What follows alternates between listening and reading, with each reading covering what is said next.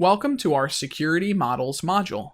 In this module, we will discuss the ClarkWilson model, Brewer and Nash model, GrahamDenning model, and the Harrison-Ruzzo-Ullman model. The Clark and Wilson model is an integrity model, just like the BIBA model. It is an integrity verification procedure for constrained items. Applications are used to control the user or subject's interactions with objects or programs. The Clark and Wilson integrity model addresses three integrity goals. It uses authentication and authorization with access control lists.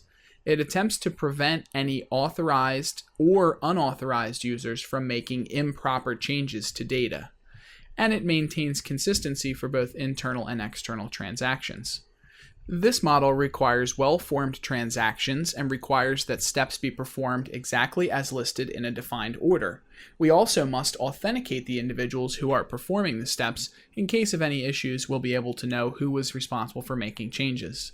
This model calls for a separation of duties between the administrators and the users. We should not have users with administrative capabilities.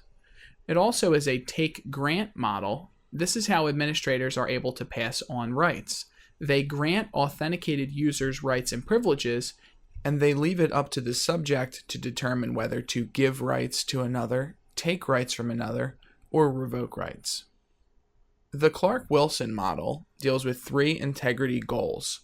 First, you want to authenticate users to prevent any unauthorized users from accessing the system. Controls need to be put in place to prevent authorized users from making incorrect modifications. It also requires the use of well-formed transactions in order to maintain internal and external consistency. We can see in the graphic at the bottom that the user is permitted to interact with the object only through the authorized mechanism of going through the application. They are not permitted to interact with the object directly. You will most likely see questions on the CISSP exam about the Clark and Wilson model. You want to remember that it is an integrity model, and also remember that it calls for the use of well-formed transactions. The Brewer and Nash model is also known as the Chinese wall. This model allows dynamically changing permissions based on rule-based access control, or RBAC. In this model, we have a wall which segregates data types, and we have a set of rules that determine what subjects can access on the other side of the wall. These dynamic rules can change as the user accesses different information, and this model attempts to protect that there is no conflict with the data the user previously accessed and the data they are about to access. This model is concerned with ensuring that there is no conflict of interest related to your business practices. An example of how this works is that if a user accesses data from a certain company, they will no longer be permitted to access a competitor's data because that would now be considered off limits. This model also tries to prevent users from making fraudulent modifications to any objects and also supports the separation of duties. Here is an example of what the Brewer and Nash model would look like. We can see that we have a Brewer and Nash model wall between the company's data from Bank A and Bank B.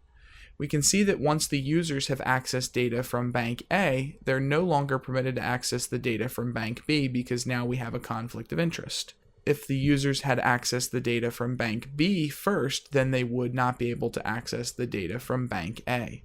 For the CISSP exam, it is important to remember that the Brewer and Nash model is a model that is primarily designed to avoid conflicts of interest. The GrahamDenning model primarily concerns itself with how users and objects are created, how the privileges are assigned, how ownership of objects is managed, and how we can delete subjects and objects securely.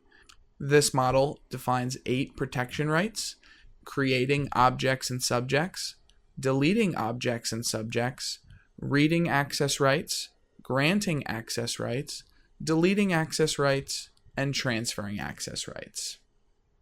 The Harrison-Ruzzo-Ullman model, or the HRU model, is similar to the GrahamDenning model. It's based on a set of generic rights and a set of commands, and it generalizes the GrahamDenning model in order to determine if certain situations are obtainable.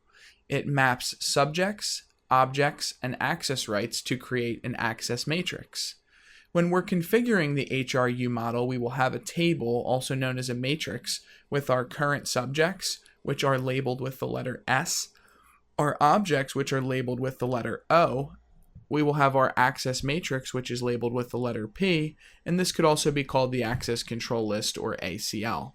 This is similar to a spreadsheet with a row for each subject and a column for each object, and each cell would contain the rights for that specific user and that object, and this is represented with the letter R. You want to remember for the CISSP exam that the HRU model is based on an access matrix.